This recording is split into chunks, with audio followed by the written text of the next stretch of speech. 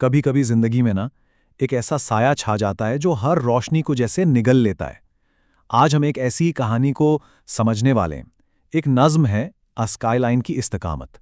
ये कहानी है इत्माद की, लचक की और उम्मीद की। कहानी शुरू ही एक बहुत गहरी बात से होती है। उन राहदारियों में जो कभी रोशनी से भरी थीं, एक साया रेंगने लगा, खामोश मगर मजबूत। सोचें जरा, ये सिर्फ लफ्ज़ नहीं है, ये एक पूरा माहौल बना रहे हैं। एक ऐसी तब्दीली का एहसास दिला रहे हैं जो चुपके चुपके सब कुछ अपनी गिरफ्त में ले रही थी। तो ये साया था क्या, कैसा था? देखें, ये कोई अचानक से आने वाला तूफान नहीं था।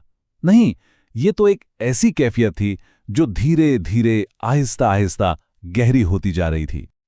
और ये कोई एक दिन या एक हफ्ते की बात नहीं थी। ये तो खामोश दर्द का एक लंबा, बहुत लंबा दौर था। महीनों तक चलने वाली एक ऐसी आजमाइश जिसने उम्मीद की डोरी को इतना खींचा कि बस यूं समझें कि वो टूटने ही वाली थी। और इसी खिंचाव के बीच जब लग रहा था कि सब कुछ खत्म हो जाएगा, ये लाइनें देखें क्या कहती हैं।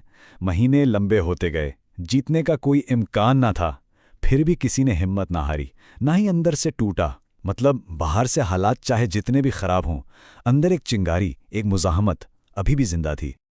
तो फिर सवाल यह है कि भाई, ये हिम्मत आती कहाँ से जब सामने जीतने का कोई रास्ता ही ना हो? इसका जवाब ना एक ऐसे जज्बे में छुपा है जो बस हार मानने से इनकार कर देता है।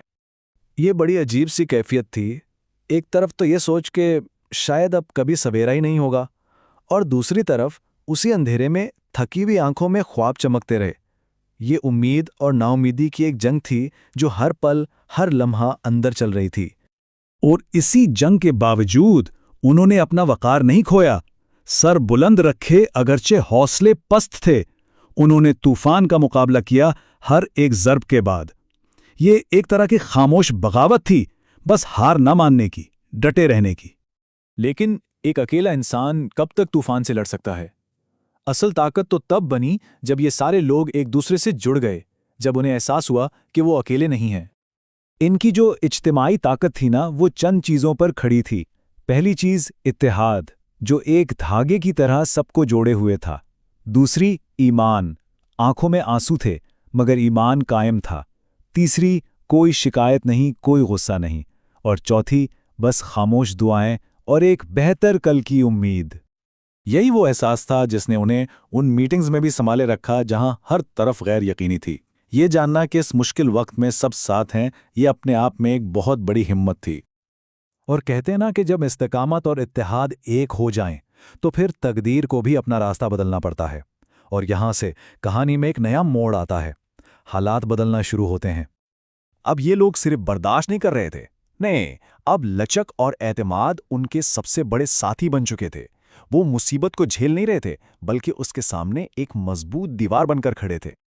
ये तब्दीली कैसे आई? इसका सफर शुरू हुआ खामोश दुआओं से।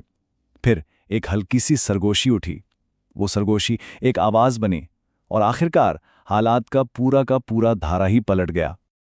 और फिर वो लम्हा आ ही गया जिसका सबको शिद्दत से इंतजार था। वसी तारीकी सुकड़ने लगी और बिल्कुल किनारे पर राहत आ पहुंची। ये सिर्फ एक मुश्किल का खात्मा नहीं था, ये उनकी महीनों की जिद्दोजहद की जीत थी। लेकिन जब तूफान गुजर जाता है तो पीछे क्या रह जाता है?